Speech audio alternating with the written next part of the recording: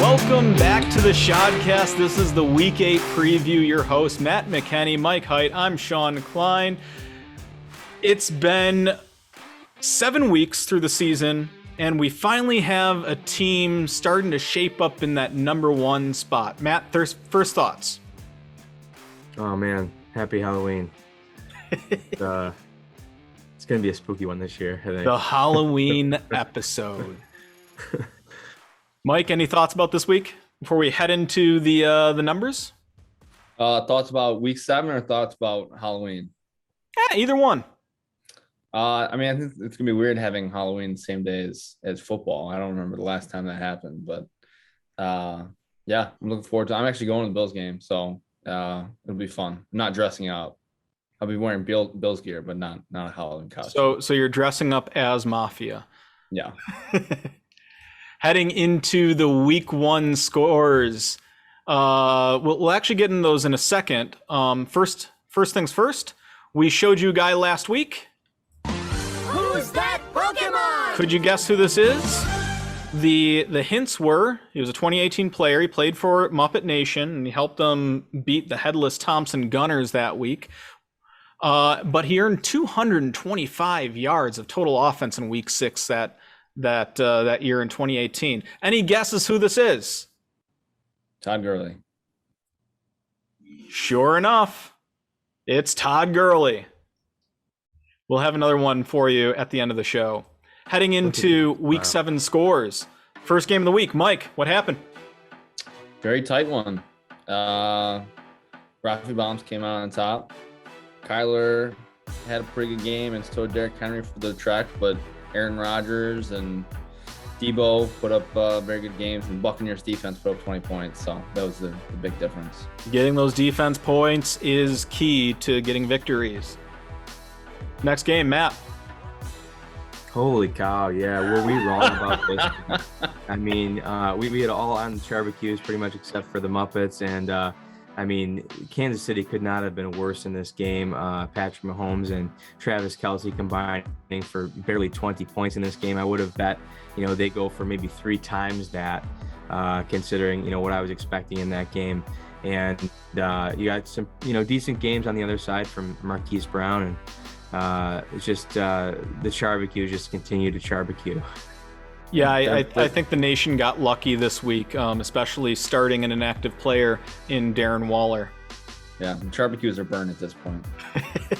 New World Order over My Team is Fine, 130-104. Who did it for NWO? Jalen, doesn't matter if he has 3 points heading in the fourth quarter. Somehow he manages to squeak out 20 points, so he got it done. Sanders got hurt in the first quarter. He's going to have a good game had that not happened.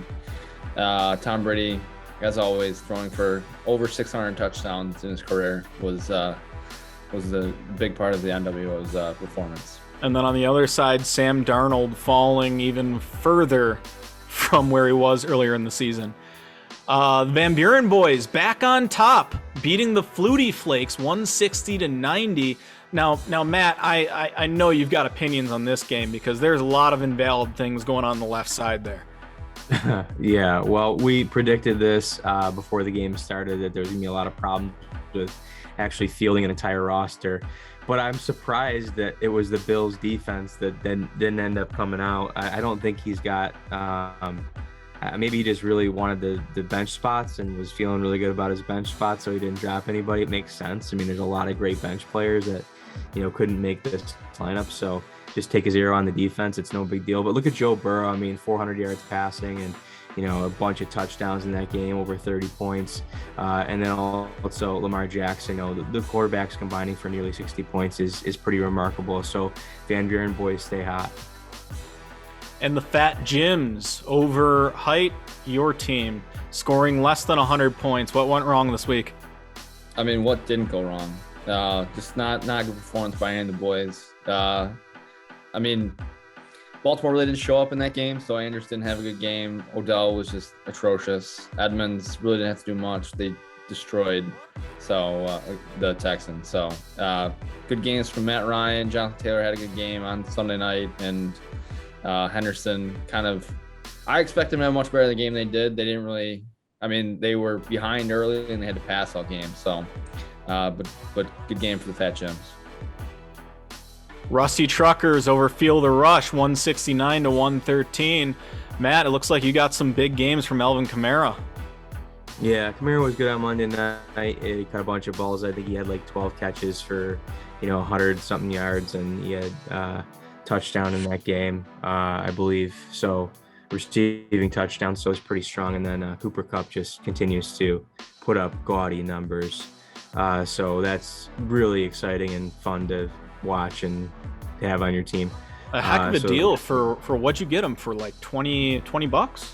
I'm not sure. I don't really remember, but I remember I traded CeeDee Lamb for Robert Woods. I don't feel like that right now. Armin Tanzarian comes up with the win over the Jay Walsh Football Club. Yeah, not a very exciting game here. Mike Evans had 3 touchdowns in the first half, or first quarter even, I think. That'll do it for you.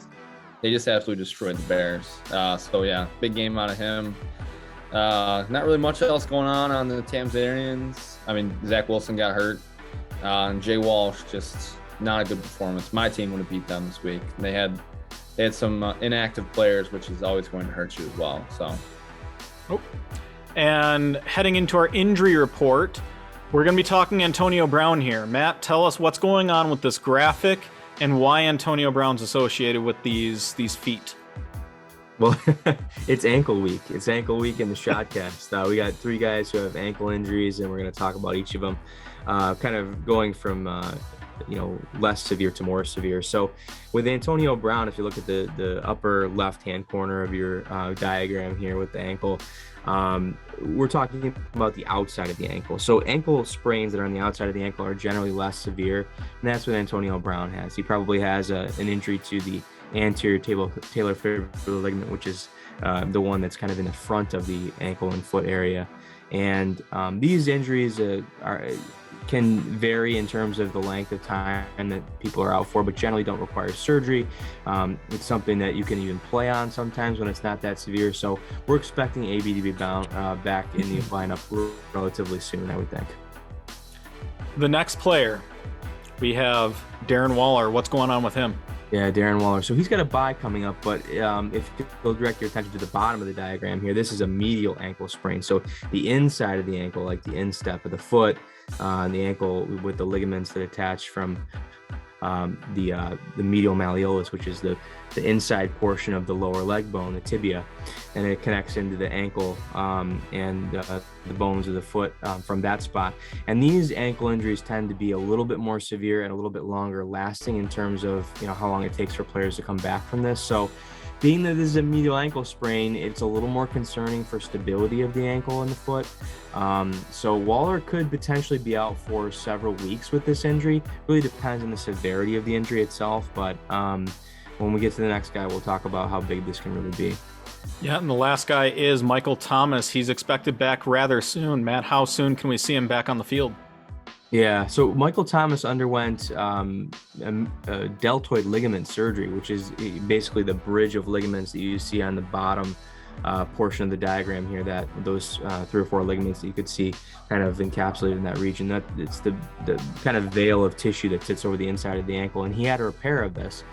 And this is something that takes a long time to recover from, and we're potentially going to see Michael Thomas return to play either this week or next week. So something to keep an eye on because this is going to be kind of impactful for the Saints offense, I think. Certainly. Heading into the SHODcast power rankings, lots of injuries affecting teams this year. Does it affect their spot on the power rankings? I think we all know who's coming in at number 14. Mike, you said it best earlier. Say it again. Yeah, Charbarcues are here. If Kansas City puts up an egg, then the Charbarcues are going to put up an egg. Number 13, again, another position that doesn't change. Daniel Lafferty at number 13. Number 12, Matt. Armin Tamzarian. I think, this is a 4-3 team on the records, but none of us really feel confident that it's going to stay that way. 4-3, shocking. At number 11, my team is fine. The fires are ablaze there. And at number 10, Mike? Yeah, the Walsh brothers right next to each other. I think that's about where they're going to stay for the rest of the season. I think both their seasons are going down the drain. Well, they've got a matchup this week. We'll see who can come out on top. Number 9, Matt. The Rafi Bombs, there's still hope for this team. They've been struggling, but there's still some hope. Number 8, speaking of still struggling, but hope is rising for the Rusty Truckers as they move up a spot in the power rankings. Number 7. Yeah, Field of Rush. They lost last weekend, but I still have faith in this team. Yeah, strong team. A lot of clustering here, and maybe like that 3 to 9 range. Number 6, the Flakes dropping down 5 spots. Did the bye week do it for you? Well, I think it's the bye week, but it's also the question about, the managing of the roster and not really knowing what you're going to get. So I think, this is a team that all of a sudden needs to start, paying attention to win some games. Otherwise they could be dropping out of the playoffs potentially. Currently a playoff team. Number 5. Yep, NWO. They're a strong team. I think the lowest we ever had them was like 9. I mean, they're a good team. They're going to be in the playoffs when the regular season's over. Number 4, Trek. They're the second highest scoring team in the league, but their record simply does not reflect it. They need to get a few more wins to raise up the power rankings here. They got a tough matchup this weekend. Yeah, Muppet Nation coming in at number 3. I think in my rankings, I had them as the number 2 team, but as a conglomerate, we've got them at number 3. And this is a team that I think is really a dangerous one. So I wouldn't be surprised if we see them go up a little higher. Speaking of dangerous, they jumped up 5 spots, the Fat Jims. Yeah, I've been doubting them all year. They showed up last week against my team. I think they're definitely coming through. I mean, Neil's got 3 very good running backs that are kind of the anchor of his team. And he's getting Cousins and Thielen back this week after bye. So they're a good team. And the number 1 team in the show right now, also the highest scoring team, VBB, the Van Buren Boys. Grzybowski's running that team pretty well. They're 6-1. And they have the most points with 981 points. That's above Trek, who's second most at 968. So they've got a 20-point edge on them. And if I knew how little I knew. Now it's time for the Don Paul bad call. We have 3 things to talk about this week that really got under our skin. Matt, start first. Oh gosh. Oh man. Look, if you guys haven't seen this play, it's absolutely ridiculous. So Sunday Night Football, it's super rainy out, terrible conditions, and Brandon Ayuk muffs a punt and he starts to kind of, run back after the ball because it's going behind him. So he kicks the ball inadvertently and it goes into the end zone and he's able to recover it in the end zone. It's ruled a touchback, even though he kicks the ball into the end zone. Now, tell me how this makes sense, because you could just have a guy who's a returner and see that the ball is going to be down at the 1-yard line, just go back and boot it out of the end zone. It's a touchback? Absolutely not. This makes no sense at all. This rule has to be changed. It's dreadful. I completely agree. It's a stupid rule. Speaking of stupidity, what happened with the Tom Brady football guy? Well, I mean, I think the guy's actions were stupid, but also the thing that really has gotten under my skin is just the entire reaction around the entire thing. So it's been media people saying, "Oh, this guy could have gotten $600,000 in Bitcoin had he just held out," and our side of people on social media have been like, "Well, let the guy live his own life. He can do whatever he wants." It's just the entire situation has just been obnoxious. The guy is now saying that he's getting.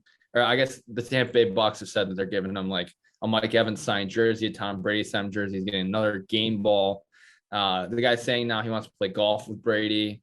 The guy's going to make out okay. I mean, obviously, as far as capitalizing on this opportunity, he's not going to make out as well as he could have. But I don't know. The entire thing was just so stupid. Mike Evans, I don't know how you don't realize that he just caught the 600 touchdown by Tom Brady, but I here we are. So who knows? I think he is getting a full Bitcoin too. Last I heard. Yes, That's what he mentioned on Monday Night Football. Yeah. Yeah, Tom Brady. yeah. Tom Brady's involved in that Bitcoin or the crypto company that he's in the commercials for. Yeah. So yeah, my final thoughts on that is when you're asked to give back a game ball at a football game, I probably wouldn't have thought twice about doing it. I probably would have just been like, oh, I didn't know you're supposed to give it back. All right. And not have realized that. I don't know if that guy actually realized that he had the Tom Brady 600th touchdown. But I think also in the end, I agree with you, Mike. We're making too much of a deal of this. I mean, Tom Brady's last touchdown thrown is going to be worth a whole lot more than this ball. I think the thing that annoys me about this the most is how the Buccaneers and their social media is trying to make it seem like they're doing such an awesome thing for this guy by giving him all this stuff. It's like, well, it's not really that much considering how much the ball is worth, so that's, I don't know. They're just using it to bump up their own image and like, look at how good we are. We're giving this guy a bunch of stuff for giving the ball back. I mean, if you look at the guy, like he's walking around like a straw Outback hat. Like he doesn't look like the sharpest guy around. Like he's looked like he might have been hammered. Like probably didn't know that, because I mean it wasn't the first touchdown of the game, was it? It was the second one. So maybe he didn't know that Brady was at 598 and the second one was 600. So who knows? The entire situation has been stupid. It's a cluster. Last thing that we have to talk about under the bad calls are starting inactive players. And I put this on here because I was one of the several guilty parties this week. I started Darren Waller, and I got a bunch of messages before the game stating, hey, Waller's out. And I looked at my roster and there's nothing I can do. And you can't go to waivers because waivers need 24 hours to process. So I was kind of screwed there. So I just sort of left him in. I didn't really have a choice in that matter because my backup tight end, Blake Jarwin, was on a bye last week. So that kind of came out of nowhere for Waller. But I'm also not the only guilty party. We also have Flutie Flakes out there starting some players that were inactive. I think there was another team too that started some players that were inactive. It kind of brings up the question for me of, should we still have that 24-hour waiver wire, or on Sundays after, let's say, 11 a.m., you change it over to you can claim anyone you want? That's the discussion I want you guys to have. That's a great question. I actually like the idea of kind of having a free-for-all after 11 o'clock on Sunday. Just like to add a couple of extra players, in case there's some late injury news that comes out, make some swaps. I just don't know if the customization of ESPN would allow you to do that. That's the big question I would have. You can. Yeah, you can. Yeah. So I think that's, if that's the case, I think it's definitely something that we should explore, because it would, I think it would eliminate a lot of these situations and scenarios where, teams don't always know right away. Like a lot of times they are waiting until noon to actually declare these guys out. And if you don't have, other plans in the works, then you're kind of out of luck. So yep, and that was the story for me this week. Luckily, it didn't really impact the outcome of the game. Going into the dogs, 3-0 Zoe. This week, who you taking? Yeah, we like Uncle Neil here in this one. Fat Jims are going to take it to Armin Tamzarian. Fat Jims have been really hot. They've been putting up a lot of points, and you look at the matchups that the Fat Jims have this week. I think it looks really tasty. So I think the Jims are a good pick this week to take it to Armin and get another win. Fat Jims 5-2, Armin Tamzarian 4-3. Yeah, and then we got the Chargers. Again, coming off a big loss last week against Baltimore. They were humiliated. They're at home against New England, who is what's that?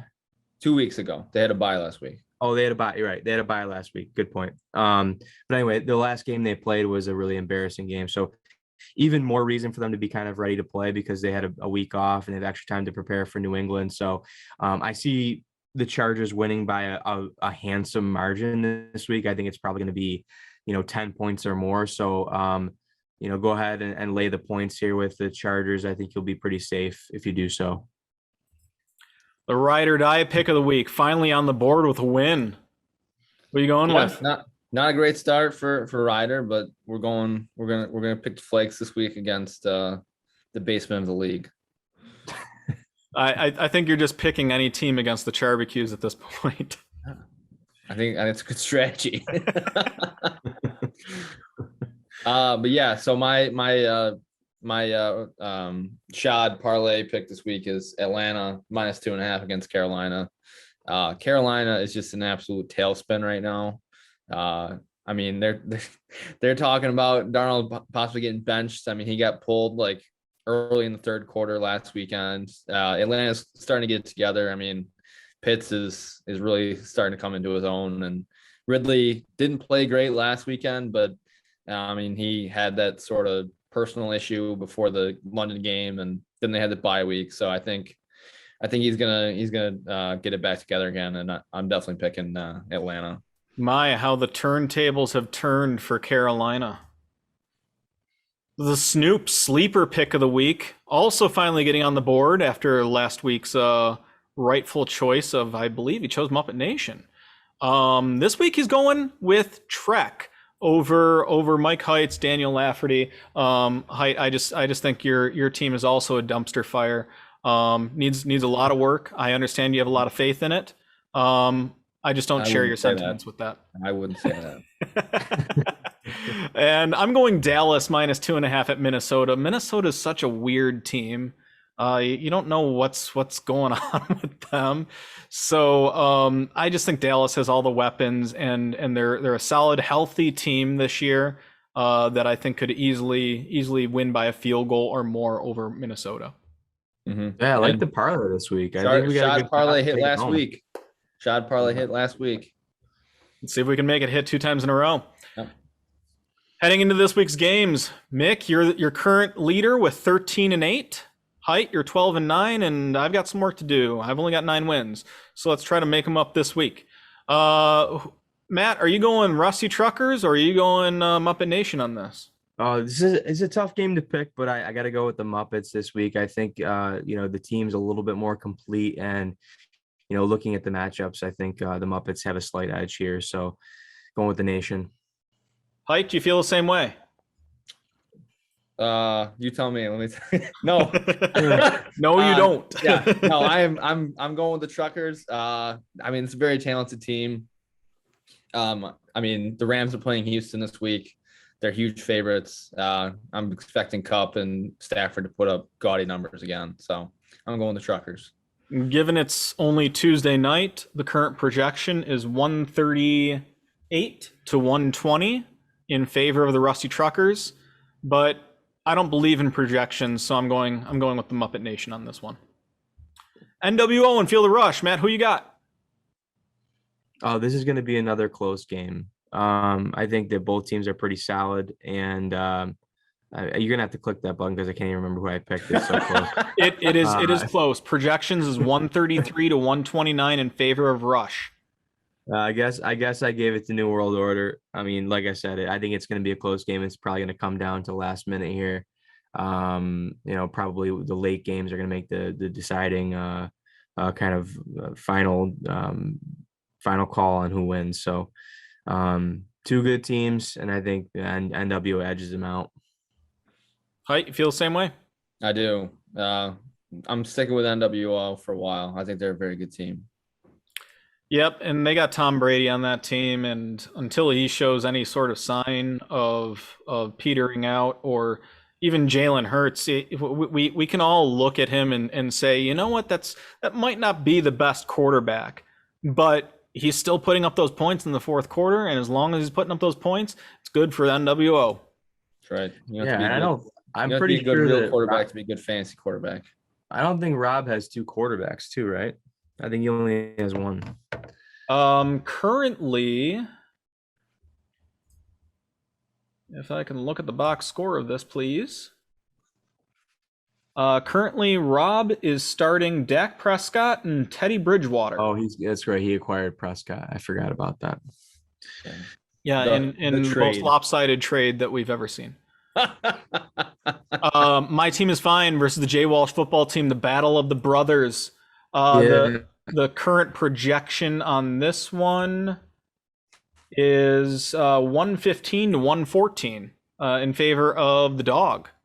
Yeah, I think my team is fine, gets it done here. I just think that it's a more talented team. I know he's kind of struggled the last few weeks, but when you look at the matchup here, I think Vince has the edge. Height, you don't feel the same way? No, I'm going with Jay Walsh. I mean, I said that I'm picking against the dog until McCaffrey comes back. I mean, I'm picking Jay Walsh with the assumption that he's going to start everybody this week. We'll see if he's going to start some inactive players, but under that assumption, I'm picking Jay Walsh. You know, it really comes down to how does Sam Darnold play for me in this game. I think he's going to be the one that moves the needle, and I can't see him playing nearly as bad as he played last week. So I'm gonna go with the dog on this one. Yeah, if you're counting on Sam Darnold, things are not going well. Fat Jims and Armin Tamzarian. Again, the Jim's got a 1-point lead on them. Yeah, Matt, you're going with the dog on this. Yeah, this is my pick of the week. I think the Fat Jims are really strong right now, and I'm not a believer in Armin. I just don't think his team is that good. I think he's got a couple of narrow wins and maybe overproducing a little bit or overperforming a little bit. So give me the Jims here in this one. Height, do you think Armin Tamzarian deserves that 4-3 record that they currently boast? No, they're fugazis. It's gonna, by the end of the season, they'll end up where they belong, down by Steve and I. Yeah, I feel the same way. I played Darren's team in week 1. I crushed them, and I haven't been hot on his team ever since. And the Fat Jims, I think we've already said, probably the hottest team in the league, if not one of. So I've got to ride the fire on this one and go with Fat Jims. The Charbacues, the burnt Charbacues against the Flutie Flakes, coming off their bye week. The Flutie Flakes. Does anyone have the guts to go with the Charbacues on this? No way. No, Charbacues are awful, and I think the Flutie Flakes are back on track because the Bills are actually going to be playing this week. So I foresee Flutie Flakes winning this one. When the Bills play, we pick the Flakes. That's correct. Yeah, the Flakes had their bye week. They're back, ready to play. Height, do you have any confidence in your team heading into this next week against Trek? Kind of. Kind of. All right, we'll get into that in a second. Matt, what's your pick? I'm going Trek. I mean, he's one of the highest scoring teams for a reason. He's putting up some good numbers here, not getting the wins necessarily, but this is still a much better roster than what Lafferty has to offer. So I like Trek in this one. Mike, you're picking your own team. Is that just pride talking? No, that's not pride. I mean, Trek has a losing record and scoring lots of points for a reason. So I feel like his bad luck's going to continue this weekend. You think it's your week. All right. I don't. I don't follow those sentiments. I think Lacomb's got a very solid team, second highest in the league in points. And Mike, I don't know if you've been able to break 100 over the last 2 weeks. So I'm going to go with Trek on that. No, I did. I put up 120 last week. Oh, congrats. VBB and the Rafi Bombs, the number 1 ranked team against, I believe Rafi is number 8. Yeah, Matt, you're going the Bombs. You're going with the upset. Yeah, this is my big upset of the week. I'm feeling strong about Rafi Bombs. Looking at the lineups, looking at the projections, I just feel like Simpson, who is kind of my darling this year. I just think he gets the best of Van Buren boys and just kind of clogs up the standings a little bit more. Heights going Van Buren boys. Yeah, I mean, they're the best team in the league. I was with Matt on the Rafi Bombs early in the season, but they're running out of weeks here. So I fully believe that Van Buren boys are going to come out on top. Yeah, I just can't bet against a team that's 6-1 right now. And Rafi Bombs have been inconsistent. I think that's what it comes down to, is that consistency. That's something that VBB has been showing all year. And Rafi Baum just needs to get there, or needs to get his players to get there. I don't know how he can do that. Maybe he can tweet them or something. The Halloween special talking points. This week, we're not going to talk football. We're talking candy. What's your favorite candy, Matt McKenney? Oh, well, I got to go with Reese's peanut butter cups. I think not that one. Reese's peanut butter cups. We'll get to that in a second. Reese's peanut butter cups are fantastic. I think they just, again, it's the combination of peanut butter and chocolate that is, proven to be elite. And then I absolutely love the crunchy chocolate on the outside. It's not really crunchy, but it's firm. Get a little bite to that chocolate when you bite into the cup. A little snap. A little bit of a snap to it. So you got to enjoy that. And then the peanut butter is super creamy in the middle. So very, very tasty treat. Great to reach into that bag and pull it out and trade all your mounds for it at the end of the night. Height, you also like Reese's. Love them. I actually, the cups are actually like my least favorite version out of all of them. I like the trees, the pumpkins, eggs, any of those better because I don't like the crunch, unlike Matt. But yeah, growing up, like when you pull them out of your pillowcase or whatever you used to collect candy, it was very exciting to find lots of Reese's in there. So let me get this right. Hi, I've got you on record here saying you don't like the crunch in candy, but you gave me two favorites here, and the second one's a Kit Kat bar. I like a crunch with the wafers. I don't like the chocolate itself to be crunchy. I hate the ridges. Like if I could, I'd probably just sit there with a knife and chop them off, and then. But yes, I also love Kit Kat. Sacrilegious. So that's why my actual favorite candy is a Reese's sticks, because it's essentially a combination of the two of them. But yeah, I gave my impassioned speech about how much I love Reese's when we had this debate a few weeks ago. But I'm willing and ready to talk about candy at any time. Hey, I think we're all on board with Reese's as being the elite candy.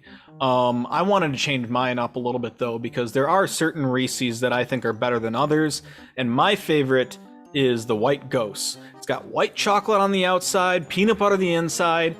Mixing those two together is just so good. You're entitled to your opinion, but white chocolate is garbage. I wouldn't call white chocolate garbage, but I'm definitely never choosing it over milk or dark chocolate. It's a by far and away lower end chocolate than the others. So choosing the Ghost over any other Reese's iteration is a problem. That's not what we want to be doing. So you go from chocolate stuffed with peanut butter to chocolate stuffed with mint frosting things. Yeah. How do you feel about the York peppermint patty, Matthew? Yeah, Yorks are a disaster. They should never be passed out to children or any other person. It's just total trash. You put this in your mouth and you just immediately want to spit it out. I think the part of the problem here is that you're looking for something sweet and kind of tasty, and then you get this mint that just starts permeating through your mouth and like just pushing out like it's like fumes.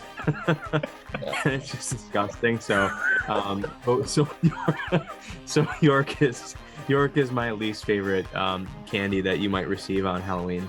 Yeah, I second the notion that it should never be given out to children. It's just it shouldn't even be considered candy. Like it's a mint. If you want that feeling in your mouth, go brush your teeth. But you also hate candy corn. It shouldn't. It should be called it's wax corn. It's not. It doesn't even look like corn either. That's the other thing too. They're rounded triangles. They're cylinders. I hate them.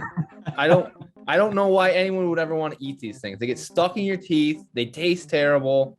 They don't look appealing. I'm guessing it's a carryover from back in the day when eating wax was a fun thing to do. But yeah, When, I think when, it's definitely when an Klein asked nostalgia us, thing. when Klein asked us what our least favorite was, there was no debate in my mind about what my answer was going to be.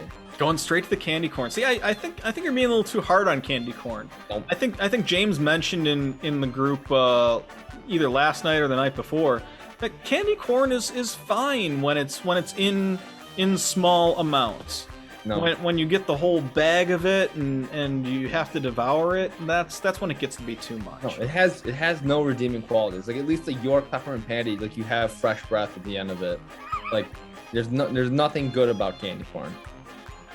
All right, tell me what's good about Smarties, because in my opinion, there's nothing good about Smarties. They're made of chalk. It's like you're eating chalk or even eating like a cigarette or something. They're disgusting. No, I actually love Smarties. I love to just unwrap the whole package, stick it in my hand, and just dump the whole thing in my mouth. I mean, why don't you just eat sugar? Just eat It's sugar out of the can. I would gladly eat just sugar. Give me that over wax any day. Yeah. So let me say this. I'm not a huge fan of either of these two picks. York clearly worse than both, but I'm not a big fan of Smarties either. I just think it's a really sad iteration of a fruity type of candy. I mean, if you're gonna go for fruit, there's plenty of good ones. You can go Cabbage Patch Kids, you can go Starburst, you can go maybe Skittles. like Skittles or even Airheads or something. There's plenty of other good options for a nice fruity treat. Smarties, you might as well crush it up and snort it because it's just disgusting. So I don't think there's really a lot to put on Smarties. And then just really quick to jump in on the candy corn. I guess I never really thought about it before, but yeah, it doesn't really look like corn except that the ends, if you're to put them all together, would look like corn, because the yellow tips are there. But you're right, like the orange and the white, I guess, aren't really maybe that consistent with actual corn. So They sort of look like teeth. yeah. Like if you were to pull a whole tooth out from the root. Mm-hmm. That's Really sort of quick, what it I know we don't have pictures for this, but I do want to kind of bring up one other thing here, and that's most underrated candy. That's something interesting to think about. My pick for most underrated candy is the Milky Way Midnight. I think it's a dark chocolate candy bar with white nougat. So instead of like kind of the more like off-white creamy nougat, it is kind of like it's a bright white nougat. And then it's the regular caramel that you normally get. So it's a little different flavor, a little different taste to an already good candy bar. So super underrated, especially with, the midnight idea. It's good for Halloween. So that's my underrated candy bar. Yeah, my underrated would be Crunch. It's definitely a 2, I guess. I mean, 1A and 1B for Kit Kat and Reese's. But I think Nestle's chocolate is better than the Reese's chocolate. But I just think Crunch Bar is just absolutely delicious. I would eat them all the time. So that definitely would be my underrated pick. So this might surprise you guys, but underrated, I'm going to go with the original Hershey bar. It never gets the praise that it really deserves. It's so simple. No one can be like, "Oh, I really hate Hershey's. I really hate a Hershey bar." It's just chocolate. If you hate a Hershey bar, then you hate all candy. No. Yeah, I guess I can't argue with that. I mean, it is a pretty standard bar. It's got a lot of tradition and history, and plus they're great in s'mores. So yeah, but there's a reason why people start putting stuff in the chocolate so you can get a little more diversity. Because chocolate by itself is not exciting or fun to eat. Good insights on candy, Mike. Watson trades of the week. Can't wait. The number 1 trade of the week. Davis Mills and Brandon Ayuk for Jameis Winston and Jalen Waddle. Who's winning this one? Would it be the Charbacues or the Muppets? The Charbacues would be winning, but I mean, I don't know why you would ever make the trade for 2 non-starters. Yeah, is Davis Mills is he going to be playing? I'm pretty sure Tyrod's back, right, Matt? Yeah, Taylor is going to be coming back soon, and he's already been named the starter for when he returns. So Mills is immediately going to be a backup. But also, I mean, the more redeeming player in this trade that would be coming over, from Barbell Barbecues would be Ayuk, and he's still really underperforming this year. That he's becoming kind of less and less effective, and I think Debo Samuel is clearly the number one receiver in that offense. And then you look at what you're trading away. You got Jameis Winston, who is, A a QB1. starter. Yep. But yeah, very, very solid starting quarterback, not elite by any stretch, but, he can put up 20 points a week. And then Jalen Waddle, especially in the last few weeks, has really come on, and he's become the number one target in Miami. So this is bad. This is a bad trade. Well, I mean, Watson says it's a fair for both managers, though. So Yeah, wow. Clearly you're wrong. Now in this one, it says it favors the opponent in trading away Jamison Crowder and Ezekiel Elliott for Juju Smith-Schuster, who is out for the season, and Jalen Hurts, who only comes on in the fourth quarter. Who's winning this trade? Did you say that you really wanted Jalen Hurts? Is that how this came up? I just put in QB here. I said looking for QB, and that's one of them that it gave me. We do have one that's not from me though. This one coming in from the show, Allen Robinson and AJ Dillon for Williams and Hill. Wow. Can you imagine trading away Tyreek Hill? No. Yeah, and for two players who you can't even put in your starting roster. I mean, Robinson should be dropped. Yeah. Well, Watson says this is fair for both managers. Oh, yeah. Well, Watson. I mean, Williams is kind of unusual right now or unusable right now with how good Herbert's been playing. But I mean, I don't know. Dillon hasn't really been doing much. He had 2 good weeks, and he's kind of come back to earth. Yeah, that's a pretty bad trade. Yeah. Lots of bad trades presented by IBM Watson. It's time for this or that. And this week we're going running backs. Who would you rather have on your team? Alvin Kamara or Austin Eckler? Matt, why don't you go first? Well, as you know, I do roster Mr. Kamara, so I have a little bit of bias, but I'm actually going to argue on the side of Austin Eckler here. And the reason why I feel like Austin Eckler right now is a better option is because I think he's actually running the ball a little bit better.